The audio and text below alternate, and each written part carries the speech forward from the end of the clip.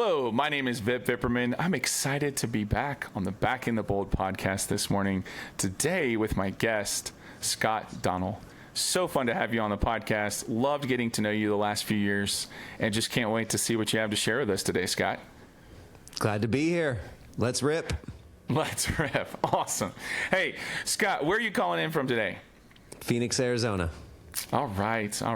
That's it. I heard that's all the place where they parked all the airplanes from the Spirit Airlines, like going down. Yeah. It's a great place to store some planes for a few years. We're a harbor city for many types of things, actually. Yeah, I'm kidding. Awesome. Well, man, I've known you for a few years. Got a chance to see you work a crowd and stand up take a mic and just take over a room. But for those folks out there who are listening to the podcast and don't know you, please just tell us a little bit about your background and how you got into the business you're in today. Yeah, so anti-human trafficking is not my day job. It was a vision from God and a dream in the middle of the night. All right. That I had to jump into, and that's what kind of started the whole Clapham Accelerator. So that was 3.5, 4 years ago almost. But yeah, my life has been a serial entrepreneur, married, 4 kids, and we help mostly families. So all of our businesses have to do with an aspect of having stronger, healthier families. So we first big one, we started Apex, became kind of the premier school fundraising company in America. Okay. It was a franchise model. We've served millions and millions of families, raised $1 billion for schools. We teach leadership, character, fitness traits. We kind of kicked off the whole fun run. You know, if you've ever given to a fun run at your school, thank you for supporting. But yeah, that was our first one. I did it because my wife taught first grade and spent her whole paycheck on her kids.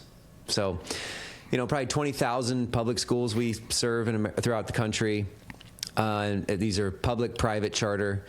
Anyway, so we've been in all of the types of schools you could ever imagine. And then immediately, this is about 17 years ago, we started that. And then immediately we started to see some of the issues in the education system and with families. And so then we just started more and more companies to solve other different types of problems. And so the next one we started was the children's business fairs with Jeff Sandifer. Now there's, kids show up on a Saturday and bring their products and they sell them on a booth, and we bring in customers. They invite their family and friends, and every kid makes like $300 selling soap and, nice. Cartoons and yeah. Or, the funniest one this year was a girl who sat on a stool, and she was 7, and she gave you advice for $2. That's awesome. It's like AI. It was the funniest. Like, we've had kids get on Shark Tank and get deals with Damon John, Be Sweet Lemonade. We got, kids actually start real businesses from this, but really it teaches them critical thinking, how to create value, solve a problem for other people, profit, price, pitch. What are you passionate about? And it just gives kids like a superpower and courage to go into the world. And so we've done that now with, I don't know, there's probably there's about 5,000 of them a year all over the world now in 800 cities. And then we started a bank for kids and families to teach financial literacy. So we did that with, we had, I don't even know how many millions of people we helped there. And then now we teach families. So the company we do now is called Mentor Family. Okay. We have basically this 12-month program that's 3-4 hours a month that families go through with kids, teens, adult kids, grandkids, and then we show them the recipes of the strongest families in the world. Here's what you do. We've been in the homes for 10 years. We've been studying the strongest families that had 4 generations or more, where the kids blew by their parents in values and faith and beliefs and worldview and mindsets and impact and financial competency and the relationships. Like, the kids' marriage is better than the parents, and the kids' relationships with their parents is stronger than theirs. Like, that is what we want to see, is every generation standing on the shoulders of the previous one, right? That's like that's the best golden years you could ever have, is watching your kids blow by you, right? Yeah. Just so feeling like they've succeeded. That's awesome. And it all came from your wife as a kindergarten teacher. You're an entrepreneur, and you're like, we could solve this problem. Is that... Literally, it started from there. And now, a dozen companies later, we've served 10 million families. And, I've become kind of an expert. I'm not like a doctorate person or a therapist, but I've worked with 10 million families now, and I've sat with the strongest in the world, lived with them, and figured out, hey, what are you doing that no one else does, right? So we boiled it down to what we call the C4 framework: capability, courage, connection, core values. You nail these 4 the way we teach you to do them, and you're going to have unbelievable success for generations to come. So success, you can only have success if you have succession, is our rule. Nice. Dude, so there you go. And then that led me into the anti-trafficking when I had the vision in the middle of the night after talking to Tim many years ago. And the only reason why I really felt compelled to do it, one, because God told me to. The story's insane. Like 3 miracles happened in one day, and he was like, you need to go now, rescue mission, go. And that's how we started Clapham.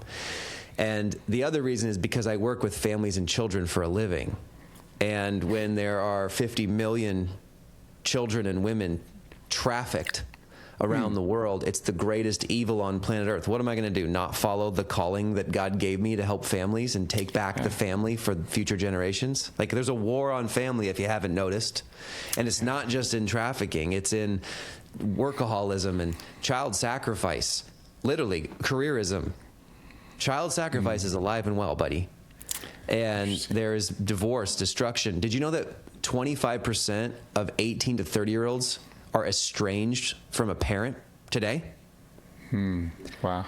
Okay. Wow. So there's a war against family, and it's happening from all angles. And so we're just trying to fight it on all angles, whether it's through training, discipleship, anti-human trafficking, safety on technology, all the things we're trying to do to protect the future generations, because our kids are the future. Like, if the family is destroyed in all these different ways, society is destroyed.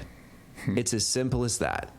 So that's what I've devoted my life to, and that's why I'm here doing this work with everybody, and Eagle and Tebow and everybody else. So there you go. Well, we're very glad to have you as a part of it and taking the lead on it. You know, it's fascinating. One of the things that you said, you know, you're working with, you know, families that get it, but they want to improve their family situation, right? Yeah. Like, it's a family probably that has some means. Oftentimes they want their family to be better. They're thinking generationally.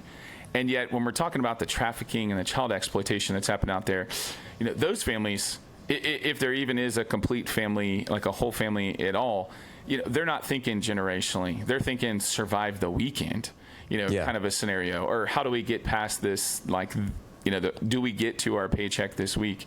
And some of those kids are growing up in an environment where not only do they know if there's going to be food on the table that weekend, but they don't know if, you know, if their father-in-law is going to sell them, you know, for money for the family, or if they have to run away because things are just that bad. Well, let me give you an example that actually marries these two things you just said, right?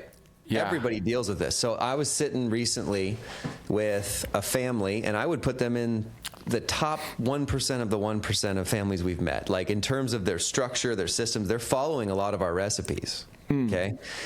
And we're sitting with them at dinner up in Utah. And we went out, you know, great. We had wine, steak, awesome dinner. Their 3 adult kids came, you know, between the ages of 18 and 23. And we're sitting there. And I'm starting to tell them, you know, all the kind of anti-human trafficking work that we're doing in Clapham with Hotel Shield and IGI and audacious and all these different organizations fighting from all these different angles, mobilizing the church, reducing demand, fighting against Pornhub, getting Section 230 reform, like helping law enforcement, helping safety on phones, and blah, blah, blah. And they're like, this is insane, wow. And I was like, yeah, you wouldn't believe it. Like, one of the fastest ways that this happens in America is that, like, well-to-do families' kids have a phone and they get groomed online. You wouldn't believe it. It's crazy. Like, people catfish them online and they think it's a girl or a boy that's a teenager, and then they send risky photos back and forth, and they've got you, and it's like the fastest way to exploit you. And then they want to get you, or they want to get money from you, or they want to do nasty things to you and let you go, and it becomes like the worst mental health nightmare. And this happens millions and millions of times every year just here in the States. And the mom looks at me and she goes, that's insane. There's absolutely no way. And her son, who's 19, goes, actually, it happened to me. Oh, wow. Happened 3 years ago. And, I was messing, I had made him some mistake. We were out, we were drinking, we were doing dumb things. And it was late at night, and I ended up making some mistakes on social media and going off to an app and got photos and sent one back. And then I was exploited. And for 3 weeks, thousands and thousands of dollars, and making me do more things. And I was minutes from committing suicide, actually. Had the pills, I had everything ready. I was going to kill myself. And the family's just sitting there just like, he goes, and I've never told a soul. And they threatened to send all these pictures of me to everybody in my contact list and, blackmail me and do all these things. He goes, and I got to this point of like, basically I was about to kill myself. And I decided it's not worth killing myself. I'll just deal with the consequences and come what may. And then miraculously, the whole thing kind of dissipated. But Mom's in tears. Oh, okay, absolutely. This is a high net worth, deep connected, legacy, amazing family. Okay? And so it's not just like, oh, we got to go help the poor and needy, and yes, we do. But this happens to all of us. It can happen to anybody. It's happening here in the global north just as much as it's happening in the global south. And so that's why what we're doing at Clapham is so critical. Like, we're fighting from all angles, killing all these heads of all these evil beasts, whether it's terrorism or safety online issues or policy reform or transportation stops or hospitality, where 65 to 70% of all these issues happen of trafficking, or the list goes on and on and on. Foster care, like we have all these theories of change that we have whole teams and organizations working in at all times to fight and work together in a dense network. And by God's grace, we're scaling this fight. It's like the first time in history, I believe it's the first time in history that we're actually mobilizing together in a dense network to be able to scale this fight across all industries. Because before all this, what's been going on. It's like everybody was like Liam Neeson.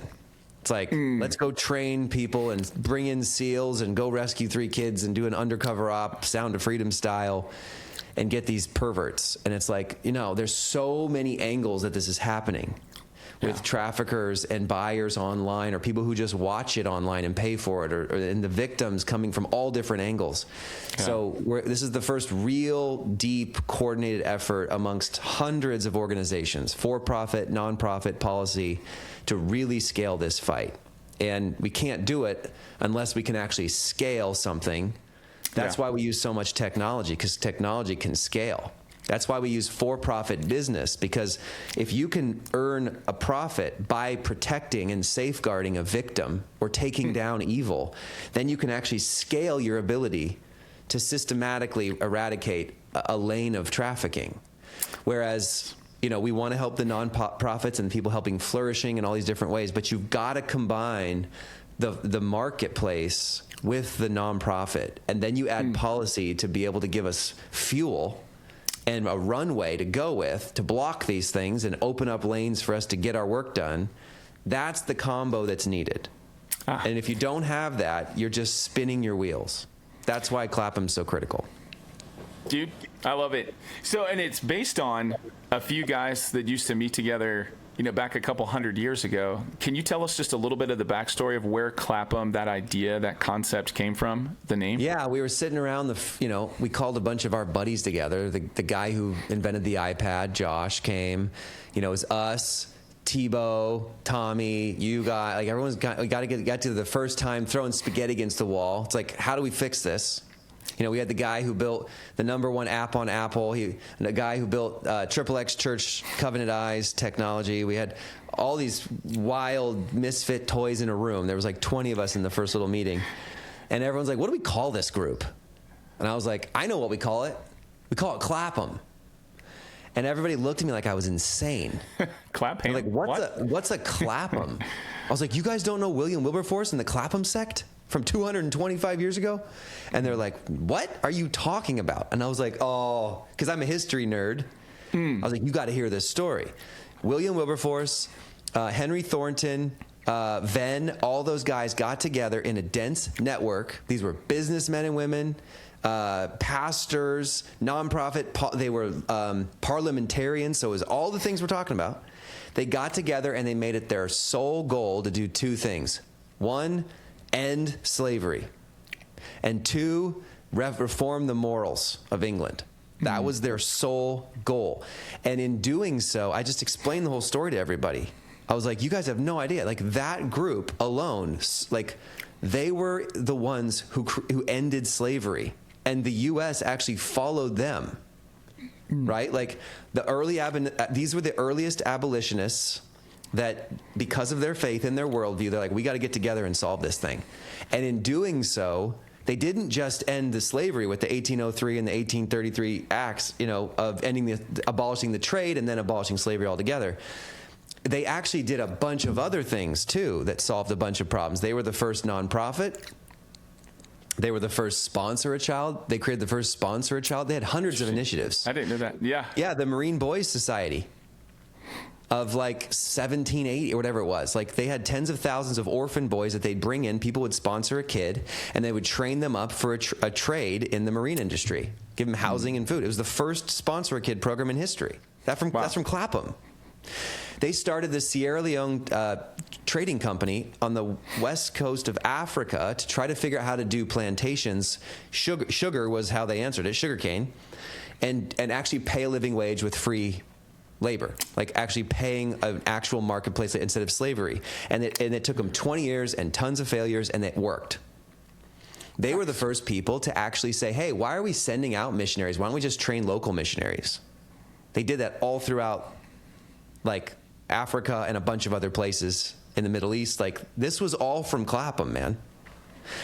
The Venn diagram. Henry Venn, or Thomas Venn, was one of the members of Clapham. The Venn diagram literally came from that group. That's awesome. So they didn't just solve one world problem. They solved an entire category of problems in a dense network like this. All because of the dense network. That's right. And so when we got together and we're like, hey, our whole goal is to eradicate, and some think we're going to make a dent. Some think we're going to make a powerful change. I want to eradicate the thing, whether I see it in my life or if looking down from heaven one day. We want to kill this thing one way or the other. And that is what's needed, is a dense network. So I was like, let's just call it the Clapham group. And we didn't want to say sect because that's weird. It's a weird word. So we changed it to Accelerator. So all we do in this group is, our job is to try to 10x, 100x these organizations and companies by solving their problems, getting them deals, investing in them, training them up, connecting them, helping them with hires, and solidifying each of these organizations to be able to scale in the fight, whether it's policy, for-profit, nonprofit. So that's really what we're doing. It's like a remodel. It's a copy-paste of what happened 200 plus years ago with the Clapham sect. So there you go. Awesome. Well, and so many people in the Clapham Accelerator today, so this current version of Clapham, think of you as the 10X guy. You get up on stage, people have just had a conversation, and you're like, okay, how do we 10X this thing? How do we take it from where it is and 10X it, or as you just said, 100X it from here? Talk a little bit about that. Like, what spurred you to think about that idea? Where have you put that into play, maybe in some of your businesses in the past? And then I'd love to hear a story of where you're seeing that happen. Yeah, so, 10X is one of the coaching principles I use. I've helped thousands of entrepreneurs and families. But, if you can't scale a business, what are you doing business for? If you can't scale a nonprofit, how are you going to make an impact? You got to. And by the way, for every one kid that gets saved, 50 more go in to the trafficking world, whether it's through sex or labor slavery. So we are not scaling. We are actually muddling. We're not even growing, barely growing. No, we're getting hammered. Yeah. We're getting hammered. And the reason is because it's a $550 billion a year industry now that is scaling profitably. And we can barely get our act together to grow a fraction of a percent. And so unless you start to scale something, you can't actually fight it appropriately. So really all we're doing is we're following the money, we're following the incentive structures, and we're making it harder to do, more riskier to do. There's more transparency about all these different industries. So we're finding them out, because secrecy is the real currency here. It's not just money, it's money plus secrecy. So if you follow the money, follow the supply and the demand, and you cut off supply lines, make it harder to do the demand side, and you make it riskier and scarier, and you set up policies that eradicate, then the money goes away and the secrecy goes away, and then you kill these lanes. So we have to scale our fight to be able to do all those things. So here's the idea. The big idea that we try to teach people is like, all right, hey, you guys are helping in this way with your business or your nonprofit. What does 10x look like? To get to 10x, how do you get there? Most people think that they have to try 10 times faster, but as my mentor, Dan Sullivan, says, 10x is actually easier than 2x. Because if you're going to double, you're going to have to pedal your bike twice as fast. If you're going to 10x, you have to throw out your bike and go get a Ferrari. Right. And so everything we do at Clapham is like, how can we have the least amount of friction and create the right incentive structures in our organizations that can systematically scale and grow without new resources needed to be added for every unit of growth. Wait a minute. So it's not just about raising all the money? No. This is why nonprofits frustrate me beyond belief. It's like, if we could just raise X amount of money at our rubber chicken dinner every year, then we can serve 10 more people or 100 more people or 1,000 more people. It's like, okay, well, what about growth and scale are not the same thing. For something to grow, you have to add a unit of resource to help it get bigger. For something to scale, it gets bigger without a unit of resource added. This is what leverage does.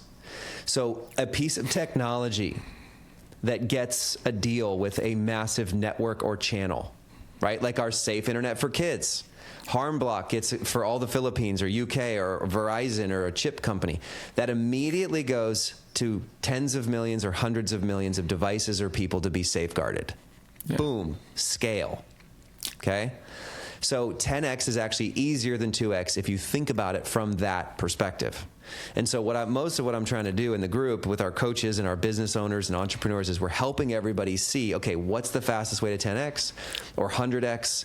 Where's the friction? Let's remove it. Where are incentives not being aligned? How do we align them?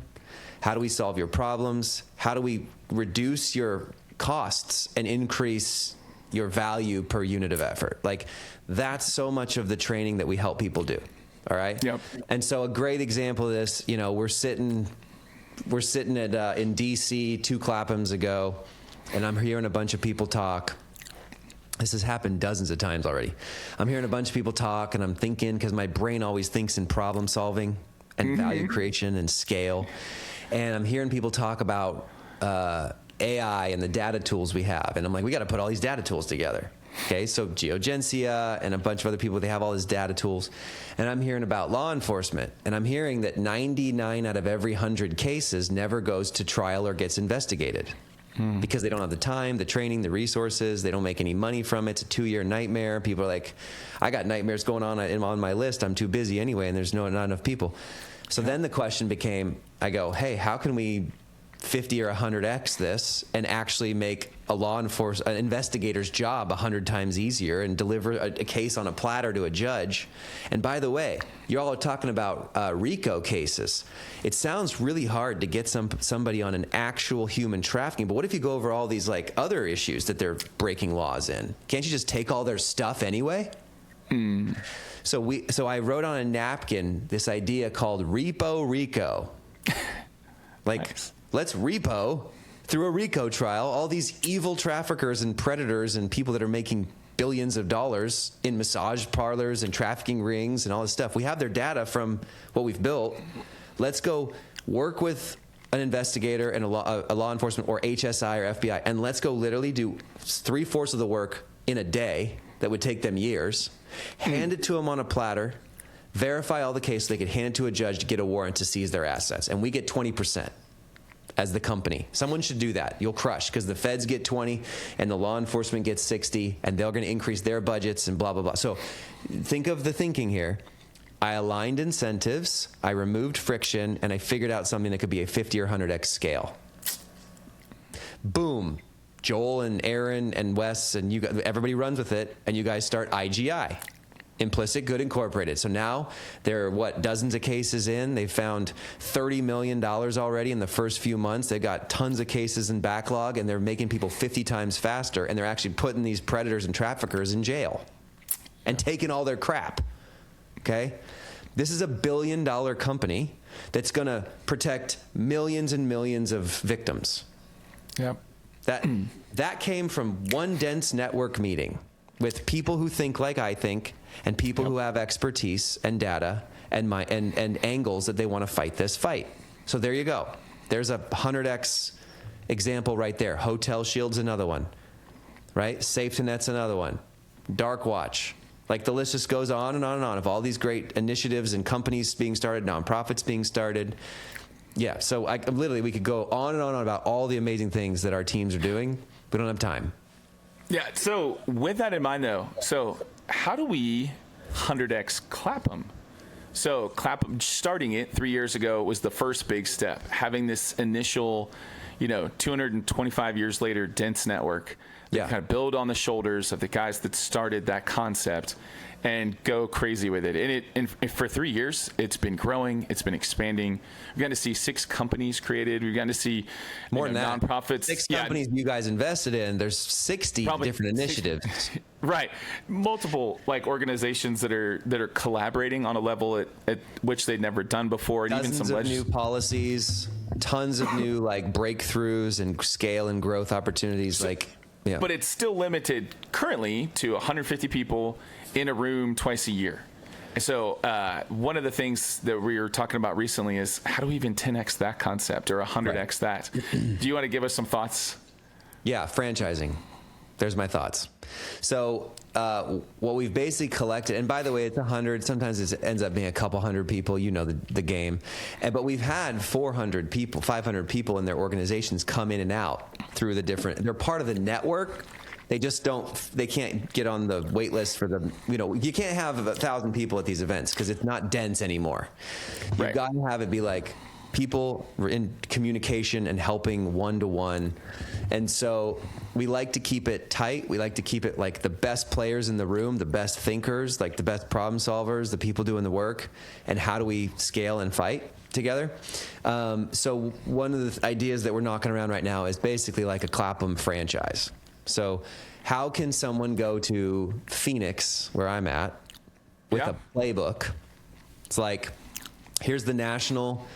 here's the map of how you disseminate trafficking in a geographic market, okay?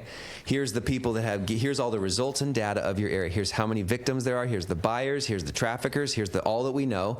Here are the key decision makers in this area that can make the decisions to stop it all. And here's the organizations that can come alongside and help on all these different 12 theories it's 14 now, but these different areas, here's how you solve it, and you say, not in my town, right? And you just need someone to take it and run with it who's connected and who can run good events, and you get people start working on your own local dense networks. And so if we do that, then, we have 500 people now throughout the network representing 500 different organizations and businesses and policy groups.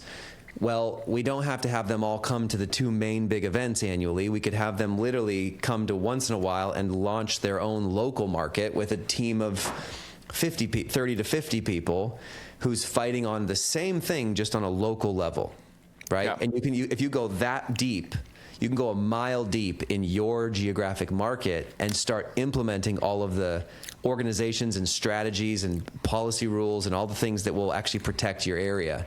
And you can significantly move the needle in a local area. So I think where we're headed as a group is launching local Claphams with the playbook, right? It's some of these things are global initiatives, like safety on phones. It's you don't just do that in Phoenix. That is a worldwide initiative. Right, and those contracts are signed at a much bigger level. Much bigger level. Verizon, Nokia, chip manufacturers. So they're helping on the you can petition, get awareness out for people to lobby and help.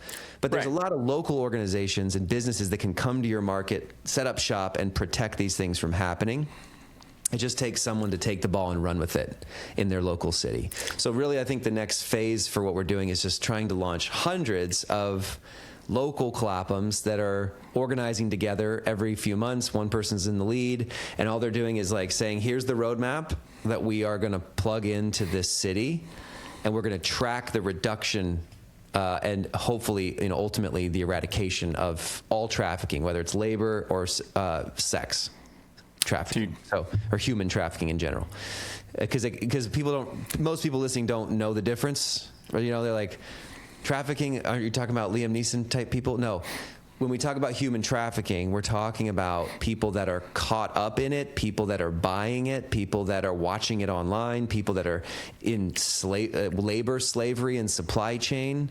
People don't realize that like 70 to 80% of the Fortune 500 they actually are complicit in their supply chain and their vendors, that there is labor trafficking happening for them to get certain goods along the line to get their products and services out to the world. They don't know that. They don't realize it. Their shareholders have no clue. So our job is to fight for these things and lobby for these things and get the word out for these things.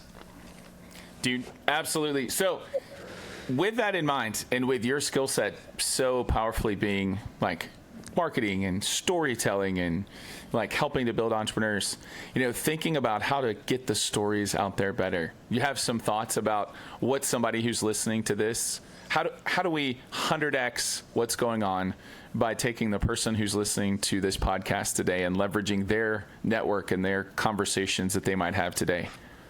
Yeah, I think the first thing you should do is learn.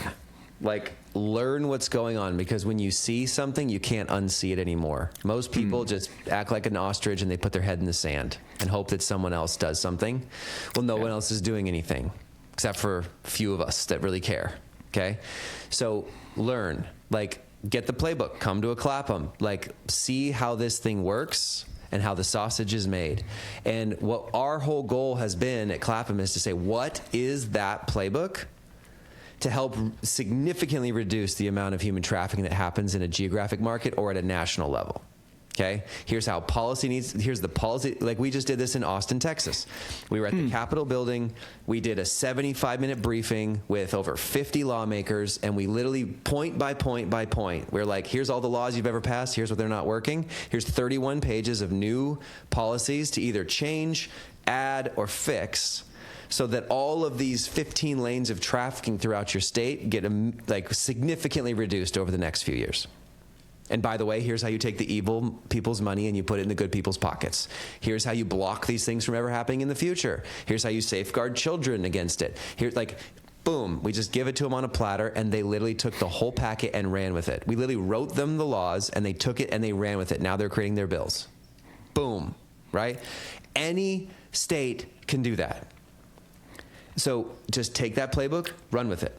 And so that's really what we're trying to do at Clapham, is from a policy perspective, from a nonprofit mobilization, from a for-profit, here are the businesses that need to be created to create an industry around protecting and safeguarding, just like the cybersecurity industry. What does it do? It gets paid to fight cybercrime and eradicate cybercrime from happening. That's how the industry grows. It's a $300 billion industry. We need to do the same thing against human trafficking, because if you don't have a wrapper around it that's scaling and profitable, you can't safeguard long term, right? Yeah. A bunch of nonprofits can't do that job. You got to have industry. Why was slavery not able to be eradicated for the last 500 years? Because people have not liked this for a long time. Christians have been fighting against this for a long, long time. It's because of the money. It's because 90% of the economy at the time in England was on the backs of slavery. Yeah. So you have well-intentioned church-going people who are like, this is 90% of how I feed my family. What am I supposed to do? It's part of society. Right. So you had to create incentives that were different, new businesses, new innovation, new entrepreneurship to safeguard it, and then you use the policy to fight it, right? Did you know that the first big breakthrough with the Clapham sect, the first big breakthrough was not the moral case. They got petitions of half the country and still never got anywhere with the law. It wasn't the moral case. It was the actual demand, following the money, the supply and the demand. So you know what they got to do? They secretly passed a law that had nothing to do with slavery. It had to do with the British Royal Navy searching and seizing pirated ships coming up from the coast of Africa. They had a bunch of stolen goods, not just slaves. It was like spices and metals and gold and jewel, like all these things. And they're like, hey, whatever you search and seize, you get a cut of. And so within like 2 months, 96% of the slave route was eradicated because they secretly passed that law. And all these ships were turned around with slaves and sent back. But they searched and seized the marketable goods. Okay, so that was like one of the landslide changes that happened. And then it got really hard to get slaves into England. Okay, and then the Industrial Revolution came about that made it potentially like so much other ways. The industrial age created so many other ways to create commerce rather than on the backs of slaves. And that's what actually helped innovate and let people agree to the moral argument now. Right. Why did it look at happen in the U.S.? You have the North versus the South. Okay, everybody thinks that the people in the North were good and the people in the South were bad. No, I would argue that one was actually not less morally reprehensible than the other. Do you know what it was? It was that the Industrial Revolution hit the North 50 years earlier, 80 years earlier than the South. The South, 90% of the economy of the South was still on plantations. And so they're like, we can't. I mean, look at Abraham Lincoln's journals. He's just like, if we just do this right now, the whole South is dead.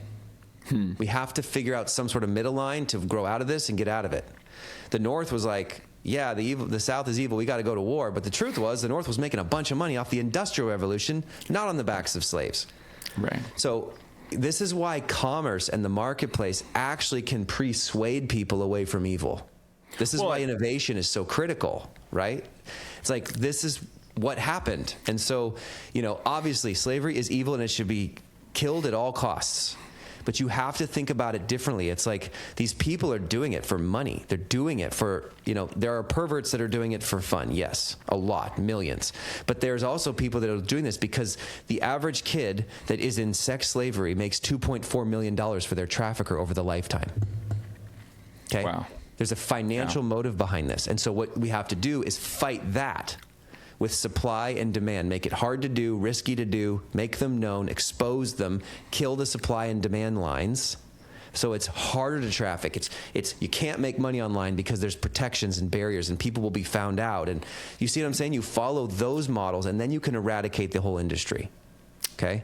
People are always going to be evil, so then we'll fight the next monster that comes up. Right. But this is how people have to start thinking. You can't just, obviously human trafficking is illegal now, thank God. It doesn't mean they're not still doing it. So now you need to follow the supply and the demand and the incentive structures and go after those so that you make it impossible to do, to watch, to take, to use, to sell online, to make all this money. Like, you have to make these things known. You have to get them out. You have to make it risky, right? That's the point. And if 99 out of every 100 cases never even get investigated, they're doing it with impunity. And if 2/3 of traffickers go back into the trade after 3 to 5 years because they don't know what else to do and they haven't been healed and they don't have flourishing and help, you got a bigger problem. Right. Start with the consequences for them, but then you got to give them jobs and different solutions for their next healing season and training of life. and help and restoration. So you have to think about the different incentive structures and you can start to get ground for good. If you don't think that way, see, this is my problem with people who want to solve problems but have no idea what to do. They're not thinking about trade-offs, right? Okay. I don't want to make any political statements now, but there's two types of problem solvers in the world. There's straight line problem solvers and there's trade-off problem solvers.